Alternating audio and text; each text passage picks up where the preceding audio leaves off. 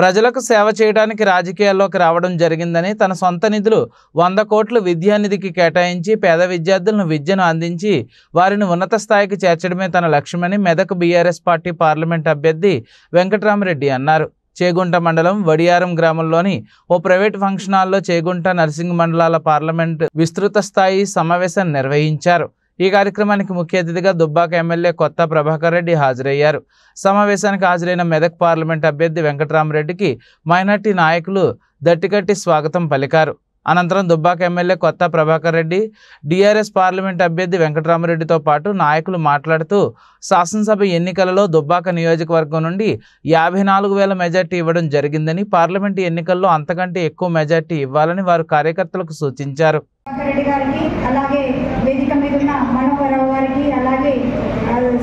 సతీష్ రెడ్డి గారికి, రాజమౌళి గారికి, అలాగే జెడ్పీటీసీ గారికి, నర్సింగి జెడ్పీటీసీ కృష్ణారెడ్డి గారికి, అలాగా పార్టీ 2 మండలాల పార్టీ అధ్యక్షులకి, అలాగే గ్రామ అధ్యక్షులకి, మాజీ సర్పంచులు, బీఆర్ఎస్ కుటుంబ సభ్యులు, అలాగే పత్రికా మిత్రులు, పిల్లలు కూడా వచ్చారు. వారికి కూడా పేరున ధన్యవాదాలు తెలియజేసుకుంటున్నాను. ఈరోజు ఈ సమావేశం మనకి ఒక్కసారి ఇంట్లో మనం ఎంత ఇబ్బందుల పాలవుతున్నామో ముఖ్యంగా ఆడపడుచులందరికీ కూడా తెలుసు, ఇక్కడున్న ఆడపడుచులకు కూడా తెలుసు. మనం ఏదైనా బయటకు వెళ్ళినప్పుడు ఇంతకుముందు బస్సులో ప్రయాణం చేస్తే మన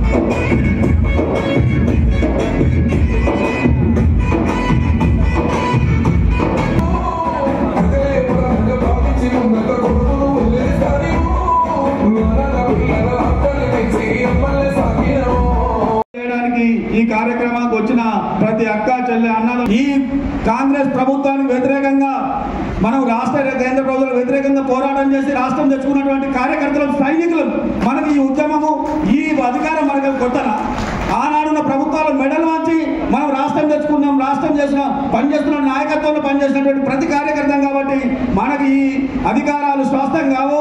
అధికారం కోసం మనం ఏ రోజు కూడా మనము భ్రమలో లేం. మనం ఎప్పుడున్నా ప్రజల పక్షాన ఉన్నాం, ఈ రోజు కూడా ప్రజల పక్షాన ఉంటాం, రేపు చివరి శ్వాస వరకు కూడా ప్రజల పక్షాన్ని పనిచేసే కార్యకర్తలం కాబట్టి మనకి ఈ అధికారాలు స్వాస్థ్యం కాదు, ఈ పదవులు మనకు స్వాస్థ్యం కాదు.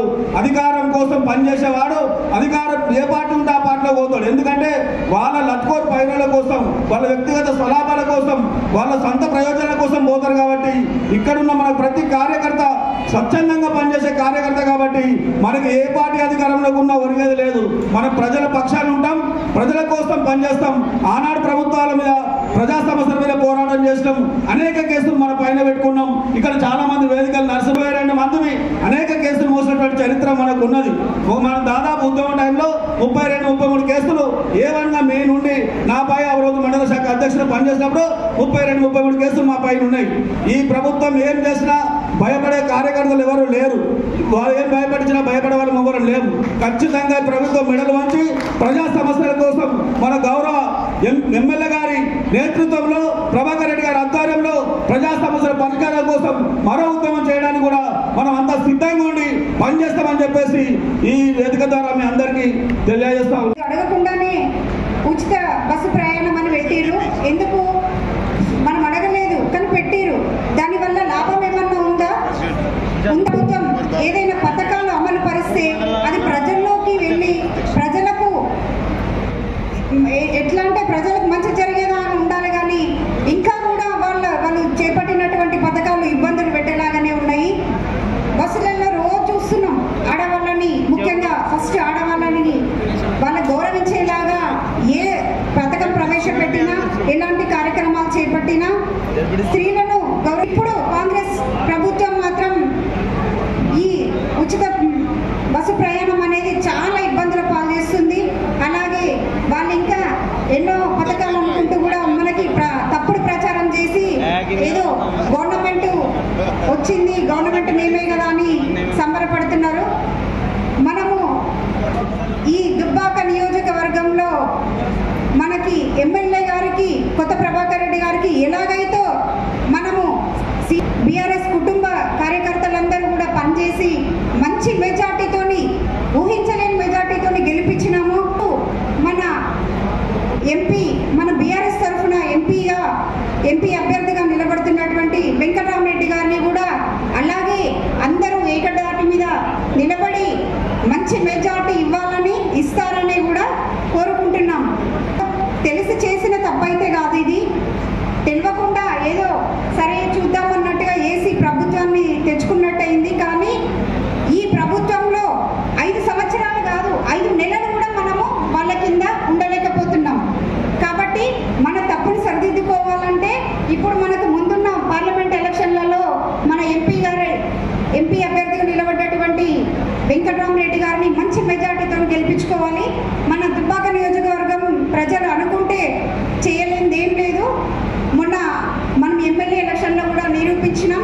అదేవిధంగా మన నియోజకవర్గమే మంచి మెజార్టీ మన అభ్యర్థికి ఇవ్వాలని అందరూ కూడా ఏమన్నా చిన్న చిన్న పొరపాట్లు ఉంటే కూడా సరిదిద్దుకొని గ్రామంలో సర్పంచులు, ఇంత పదవికాలం పూర్తయిన సర్పంచులతోనైనా, ప్రజాప్రతినిధులతోనైనా, మాజీలతోనైనా, తాజా వాళ్ళతోనైనా అందరినీ కోఆర్డినేషన్ చేసుకొని సమన్వయంతో పనిచేసి ఈ 20-25 రోజులు ఖచ్చితంగా మనం కష్టపడాల్సిన బాధ్యత మన మీద ఉంది. బీఆర్ఎస్ కుటుంబంలో ఎలాంటి కలహాలు లేవు, అందరూ ఒకటే అని మనం నిరూపించాల్సిన అవసరం కూడా మనకి ఉంది. కాబట్టి అందరూ కూడా దయచేసి ఏం ఆలోచించకుండా, ఎలాంటి ఆలోచనలు పెట్టుకోకుండా, ఏ తప్పుడు ప్రచారాలకు లొంగకుండా, ఎవరి మాటలు లొంగకుండా పనిచేసే ప్రభుత్వం ఏది. మనం ఇంతకుముందు 10 సంవత్సరాల కాలంలో ఎలా ఉన్నామో ఇప్పుడు ఈ 3 నెలల్లో ఎట్లున్నాం. పెన్షన్ ఇస్తానని 2000 నుంచి 4000 పెన్షన్ ఇస్తానని ఇప్పటి వరకు కూడా ఇవ్వలేదు. మహిళా సోదరులు బాగా ఆలోచన చేయాలి. కాంగ్రెస్ ప్రభుత్వం చేస్తున్న హామీలు, చెప్పిన హామీలు కూడా ఒక్కటి కూడా నెరవేర్చలేదు. ఒక్క బస్సులకి తిరుగుమని చెప్పారు తప్పితే కానీ రైతులకు ఇచ్చేవి కానీ, మహిళలకు ఇచ్చేవి కానీ, యువతకు ఇచ్చే వరాలు కానీ ఏ ఒక్కటి కూడా నెరవేర్చని కాంగ్రెస్ ప్రభుత్వం గురించి మనం అందరం రచ్చబండ లెక్క ప్రతి ఛాయ్ హోటల్ దుకాణం దగ్గర కానీ, ప్రతి ఫంక్షన్లో కానీ మనం కాంగ్రెస్ ప్రభుత్వం చెప్పింది. ఇప్పుడు ఆ సమయం చాలా తక్కువ ఉన్నది, 25 రోజుల సమయమే ఉంది. కాబట్టి కాంగ్రెస్ ప్రభుత్వం చేసిన అన్యాయం ప్రతి ఒక్కరికి చెప్పాలి. చెప్పి వెంకటరామరెడ్డి గారు ఎట్లా చేశారు, వెంకటరామరెడ్డి గారికి ఎందుకు ఓటు వేయాలనేది కూడా మనం చెప్పి ఓట్లు అడిగి మనం 54,000 ఓట్లు మెజార్టీ ప్రభాకరన్నకి ఇచ్చాం. అంతకంటే ఎక్కువ మెజార్టీ ఇచ్చి మండలం నుంచి భారీ మెజార్టీ ఇచ్చి వెంకటరామరెడ్డి గారిని గెలిపించుకోవాల్సిన అవసరం ఉన్నది. అదే కాకుండా బీజేపీ ప్రభుత్వం ఉన్నది. బీజేపీ ప్రభుత్వం చెప్పి నల్లధనం తీసుకొచ్చి ప్రతి వ్యక్తికి జన్ధన్ అకౌంట్ ఓపెన్ చేసి 15 లక్షలు ఇస్తా అన్నారు. ఇప్పటి వరకు కూడా మనకు 2 సార్లు 10 సంవత్సరాలు అవుతుంది. ఏ ఒక్కరు కూడా 10 లక్షలు ఎవరికైనా వచ్చినాయా చెప్పండి ఎవరైనా ఉంటే. అదే కాకుండా రైతు వ్యతిరేక చట్టాలు తెచ్చి రైతులను ఎన్నో సంవత్సరం కొద్ది ఢిల్లీలో ధర్నా చేసింది. రైతుల గురించి ఎన్నో పాటుపడ్డా కానీ నల్ల చట్టాలు తెచ్చి రైతులకు అన్యాయం చేసింది. అదే కాకుండా మన గౌరవ కేసీఆర్ గారు ప్రతి సంవత్సరానికి 5,000 కోట్లు ఇస్తా అంటే కూడా మోడీ గారికి నీ 5,000 కోట్లతో నీ మీటర్లతో నేను నా 5,000 కోట్లు చేయదలుచుకోలేదని మన రైతుల వద్ద మీటర్లు పెట్టకుండా చేసిన ఘనత మన కేసీఆర్. ఇక్కడ ఉన్న నాయకులు, పోటీ చేసే నాయకులు ఉన్నారు, ఎన్నో హామీలు ఇచ్చారు దుబ్బాకలో. అవన్నీ మొన్న దౌలతాబాద్ మీటింగ్ లో కూడా ఎల్ఈడి స్క్రీన్ మీద చెప్పారు, నేను ఇది ఇస్తా, అది ఇస్తా, అది ఇస్తా అని కూడా ఎన్నో హామీలు చెప్పి ఒక్క హామీ కూడా నెరవేర్చని బీజేపీ ఎంపీ పోటీ చేసే అభ్యర్థి కానీ ఇప్పుడు ఈయన కాంగ్రెస్ నుంచి పోటీ చేసే అభ్యర్థి గురించి వివరించి వెంకటరామరెడ్డి గారికి ఎందుకు ఓట్లు వేయాలనేది ఖచ్చితంగా అడిగి చేయాల్సిన అవసరం ఉంది. ఇలా పైసలు ఉన్న చాలా మంది ఉన్నారు. వెంకటరామరెడ్డి గారు మన దుబ్బాక నియోజకవర్గానికి 100 కోట్ల నిధులు ఇచ్చి మన గరీబ్ పిల్లల చదువు కోసం 100 కోట్ల నిధి ఏర్పాటు చేస్తా అన్నకి వెంకటరామరెడ్డి గారిని తప్పకుండా గెలిపించుకోవాల్సిన అవసరం ఉన్నది. నుంచి మరి ఎంపీ ఎలక్షన్లు ఎన్నో గెలవలేదు. మరి ఇప్పుడు కూడా చాలా కీలకమైనది. మరి మొన్నటికి మొన్న మీ ఆశీస్సులతోటి 2 సార్లు ఎంపీగా నన్ను గెలిపించిండు. రాష్ట్రంలోనే అత్యధిక మెజార్టీ గెలిపించిన ఘనత మరి మా చేగుంట ముఖ్య నాయకులది, దుబ్బాక నియోజకవర్గం మా నాయకులది. ఇప్పుడు కూడా మన అసెంబ్లీలో కూడా అసెంబ్లీ ఎన్నికల్లో కూడా అత్యధికంగా మెజార్టీ 54,000 ఇచ్చిన ఘనత వల్ల ఈ రోజు మేము వేదిక మీద కూర్చున్నామంటే మరి మా కార్యకర్తలు పెట్టిన భిక్ష మీ అందరి ఆశీస్సులు. మేము ఎక్కడికెళ్ళో పైకి రాలేదు. ఎవరికన్నా ఏమన్నా చిన్న చిన్న సమస్యలు ఉన్నా, మనస్పర్ధలు ఉన్నా, మరి అన్న రెగ్యులర్గా వస్తలేడు, కలుస్తలేడు, పోతలేడు అని చెప్పి కొంత మనసులో కూడా ఉన్నది. ఇంకా 4.5 సంవత్సరాలు ఉన్నది మనకు. 5 ఏళ్ల కోసం మనం నిలబడ్డాం. కొన్ని విషయాలలో కొన్ని సందర్భాలలో మరి మన ప్రభుత్వం రాలేదు. చిన్న చిన్న పొరపాట్లు జరిగినాయి. ప్రభుత్వాన్ని కోల్పోయిన బాధ కొంచెం ఉన్నప్పటికీ ఖచ్చితంగా మళ్ళీ నిలబడదాం, ముందుకు పోదాం. 14 ఏళ్ళు మనం కష్టపడ్డాం, కొట్లాడినాం. ఈ 3-4 ఏళ్ళు కొంత సమస్య కాదు. మనం ఒక్కటే గ్రహించాలి. కేసీఆర్ గారు వచ్చిన తర్వాత 2014 నుంచి మన ప్రభుత్వం వచ్చిన తర్వాత ఏ ఒక్క రోజు కూడా కరువు రాలేదు. వ్యవసాయదారులందరూ సంతోషంగా ఉన్నారు. ప్రాజెక్టులు కట్టుకున్నాం. ఇలా మల్లన్న సాగరు, కొండపోచమ్మ, రంగనాయక సాగర్ ద్వారా ఇలా చేగుండ మండలం కానీ, దౌలతాబాద్ కానీ, రాయపోలు కానీ, నార్సింగ్ కానీ, దుబ్బాక కానీ అన్ని మండలాలకు కూడా ఇలా కాలువల ద్వారా నీళ్లు వస్తున్నాయి. ఇంకా కూడా చాలా కాలువలకు నీళ్లు రావాల్సిన అవసరం ఉన్నది. వాటిని కూడా చేసుకోవాల్సిన బాధ్యత ఉన్నది. మరి ఇవన్నీ ఎవరు చేసిందో మీరు ఆలోచించాలి. ఎవరి వల్ల అయినాయో ఆలోచించాలి. ఇవన్నీ కూడా ఎవరి కృషితోటి మరి ఇంత ముందుకు పోయినాం. మన ప్రభుత్వం వచ్చింది కాబట్టి ఇన్ని ప్రాజెక్టులు కట్టుకున్నాం, ఇంత బ్రహ్మాండంగా ముందుకు పోయినాం. ఇప్పుడు కష్టకాలం ఉన్నది, మన ప్రభుత్వం లేదు. వాస్తవం. మీరందరూ కూడా మరి పెద్ద మనసుతోటి మరి 10 ఏళ్ళు మనం పరిపాలించినాం. మళ్ళీ ఈ 4.5 ఏళ్ళు కష్టపడదాం. మరి మీ అందరికీ కూడా తెలుసు, ఇదివరకు మన ప్రభుత్వం ఉన్నప్పుడు ఎన్ని సంక్షేమ పథకాలు మరి మనం ఇచ్చుకున్నాము. ఏ ఒక్కరికి కూడా ఇబ్బంది కలగనీయలేదు. రుణమాఫీ అన్నారు, ఇలా ఏమైందో మీకు తెలుసు. మరి మనం రైతు బంధు ఇచ్చుకున్నాం, ఫర్టిలైజర్స్ ఇచ్చుకున్నాం, కరెంట్లు ఇచ్చుకున్నాం, నీళ్ళకు కానీ, బోర్లకు కానీ, కళ్యాణ లక్ష్మి కానీ ఇవన్నీ కూడా మన ప్రభుత్వంలో కేసీఆర్ కిట్ కానీ ఇవన్నీ ఇచ్చుకుంటే ఇవాళ మొత్తం ఇలా రద్దుల ప్రభుత్వం ఇది. తులం బంగారం ఇస్తాను మా మహిళలకు, తులం బంగారం పోయింది. రుణమాఫీ ఇస్తాను, రుణమాఫీ పోయింది. ఇవాళ పండించిన పంటకు క్వింటాలకు 500 రూపాయలు ఇస్తాడు మన కాంగ్రెస్ ప్రభుత్వం, మన రేవంత్ రెడ్డి గారు. ఇలా ఏమైందో మీరు ఆలోచించాలి. 4 నెలలనే మనం కింద తిప్పలు పడుతున్నాం. చేనులు ఎండిపోతున్నాయి, నీళ్లు వస్తలేవు, బోర్లు వస్తలేవు, కరెంట్ ఉండలేదు, నానా తిప్పల పాలవుతున్నాం. మళ్ళీ మనం కష్టపడి కొట్టాడకపోతే మరి రాజ్యం మళ్ళీ రాక్షసుల పాలన అవుతుంది, రాక్షసుల చేతికి పోతుంది. మీరందరూ కూడా గమనించాలి. ఇక బీజేపీ ఆయన ఏమంటాడు, మరి వెంకట్రామరెడ్డిని అరెస్ట్ చేయాలి, వెంకట్రామరెడ్డిని లోపల వేయాలి. ఎందుకు? నీ లెక్క తప్పుడు మాటలు చేసి బట్టబాలు మాటలు చెప్పలేదనా? అందుకే కదా అరెస్ట్ చేయాలన్నది. నువ్వేమో దొంగ మాటలు చెప్పి ఓట్లు వేయించుకోవడానికి ఊర్ల పొండి పోయి మొన్న ఏమైంది? మరి అసెంబ్లీలో చెల్లని రూపాయికి పార్లమెంట్లో వెళ్తారా ఇలా దుబాకలా? మీరు ఆలోచించాలి. చెల్లని రూపాయికి గీతలు ఎక్కువ. నా మీద పోయినసారి ఎంపీగా నిలబడ్డాడు, డిపాజిట్ కూడా రాలేదు. మళ్ళీ మొన్న ఎంపీగా మొన్న ఎమ్మెల్యే నిలబడ్డాడు. ఏమైందో ఇక మీకు తెలుసు, నా నోటితో చెప్పదలుచుకోలేదు. మళ్ళా ఇవాళ వెంకట్రామరెడ్డి మంచోడు కాదట, కేసులు పెట్టాలట, అరెస్ట్ చేయాలట, జైల్లో పడేయాలట. ఇది ఆయన భయం పుట్టుకుంది. ఇలా మళ్ళీ ఓడిపోతున్నా నేను.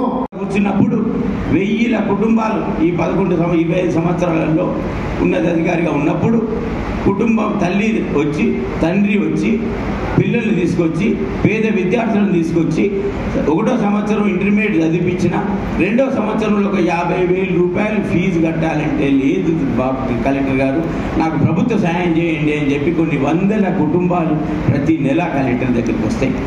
మరి ఆ కలెక్టర్గా ఉన్నప్పుడు నా చేతనంతా చేయగలిగిన. మరి ఇప్పుడు నేను నా ఆలోచన ఏంటంటే, భగవంతుడు కుటుంబానికి కొంత సంపద ఇచ్చిండు. నేను నిజాయితీ పరుణ్ణి, లంచగొండి వ్యవహారాలు లేవు, దందాలు లేవు, ఇంకొకరి డబ్బు నాకు అవసరం లేదు, స్వచ్ఛమైన జీవితం గడిపి ఈ భగవంతుడు నాకు ఈ స్థితి ఇచ్చింది ఇవాళ. మరి దాన్ని నేను కూడా ప్రజలకు వెంకట్రామరెడ్డి ద్వారా పోవాలి. నా కోరిక ఒకటే, ఏ గడ్డనైతే దేశవ్యాప్తంగా నాకు ప్రఖ్యాతినిచ్చిందో, మంచి కలెక్టర్గా పేరిచ్చిందో, కేసీఆర్ గారి ఆశీస్సులతో, హరీష్ అన్న సపోర్ట్తో ఇవాళ ప్రతి కుటుంబం గుండెల్లో ఇవాళ వెంకట్రామరెడ్డి మెదక్ పార్లమెంట్ సీట్లో ప్రతి కుటుంబంలో నిలిచాడు. మరి ఆ నిలిచిన వ్యక్తిగా నాకు ఒకటే, ఈ గడ్డ మీద నాకు ప్రఖ్యాతి వచ్చింది, ఈ గడ్డ మీద స్థిర నివాసం ఉంటున్నా, చనిపోయి నేను ఈ గడ్డలోనే కలిసిపోతాను, ఈ మట్టిలోనే కలిసిపోతాను. కానీ నా సేవలు వెంకట్రామరెడ్డి ట్రస్ట్ ద్వారా ఒక 50 సంవత్సరాలు నేను చనిపోయినా కూడా ఫలానా ఎంపీ ఉండే, ఆ ఎంపీ ఇలాంటి సేవలు చేసిండని చెప్పి కొన్ని 1000 కుటుంబాలలో నేను ఆశాజ్యోతి కావాలనేది నా కోరిక తప్పితే నాకు ఇంకొక ఏ ఆలోచన లేదు. దయచేసి నన్ను మీరు నమ్మండి, నన్ను విశ్వసించండి. ఎందుకంటే ఒక మంచి ఆలోచనతో ముందుకు వస్తూ ఉన్నా. ఇవాళ ప్రభుత్వ అధికారిగా, ప్రభుత్వం ఇక్కడ పవర్లో లేకున్నా కూడా ఎంపీగా ప్రభాకర్ అన్నతో కొట్లాడి హరీష్ అన్న గారి డైరెక్షన్లో పడ ఖచ్చితంగా దుబ్బాకను అభివృద్ధి చేసే మార్గంలో తోడ్పడతాను. అదే మాదిరిగా కాకుండా నేను ఇక్కడ పేద విద్యార్థులకు, కుటుంబాలకు నేను అధికారిగా చూసిన బాధను అర్థం చేసుకొని ఈ ట్రస్ట్ ద్వారా అన్ని కార్యక్రమాలు చేస్తాను. మరి పోటీ పరీక్షలలో నేను ఏ విధంగా పాస్ అయ్యి వచ్చానో, యువత ఇవాళ పోటీ పరీక్షలలో ఉన్నప్పుడు హైదరాబాద్లో కోచింగ్ సెంటర్లో పోవాలంటే 1,00,000-2 లక్షల రూపాయలు ఫీజు కట్టి అక్కడ రూమ్ తీసుకొని మెస్లో తిని పుస్తకాలు కొనుక్కోవాలి. మరి ఇలాంటి ఫంక్షన్ హాల్స్ గెలిచిన 9 నెలల లోపు ఇలాంటి ఫంక్షన్ హాల్స్ ప్రతి దుబ్బాకలో ప్రభాకర్ అన్న గారి ఆధ్వర్యంలో ఇవాళ మీ అందరి నాయకుల మధ్యలో నేను ఇనాగరేట్ చేసి మన నిరుపేద కుటుంబాలకు శుభకార్యాల కొరకు అది ఉచితంగా 1 రూపాయి ఛార్జ్తో మీ అందరి కూడా, మీ అందరి అందుబాటులో కార్యకర్తల కుటుంబాలకు, పేద కుటుంబాలకు కూడా రూపాయితోనే ఇస్తాననేది నాకున్న కోరిక. నేను డబ్బులు సంపాదించడానికి రాజకీయాలకు రావట్లేదు, పైరేవులు చేయడానికి రాజకీయాలకు రావట్లేదు, దొంగ ఓట్లు అడిగి మోసం చేయడానికి రాజకీయాలకు రావట్లేదు. నేను ఇవాళ నా ప్రత్యర్థి ఏదైతే ఉన్నాడో పచ్చి అబద్ధాలాడి మీ అందరినీ మోసగించి మేము గెలిచి 4 సంవత్సరాలు కుర్చీలు కూర్చుండి మీరన్నీ ఆయన చేసిన వాగ్దానాలు, ఆయన చేసిన పాంప్లెట్లు ఒక్కటి కూడా అమలు చేయక మీరు గట్టి సమాధానం చెప్పి పరిగెత్తించి వెనుకకు తిరిగి చూడకుండా మళ్ళీ మీరు ఈ అడుగు పెట్టకు దుబ్బాక అడుగులు అని చెప్పి మీరు వాపసు పంపించిన వ్యక్తికి అలాంటి అనుభవం ఉన్న వ్యక్తులు మీరు. కాబట్టి నన్ను విశ్వసించండి, నేను ఏమాత్రం అబద్ధం ఆడట్లేదు, ఎట్టి పరిస్థితిలో ఆడను.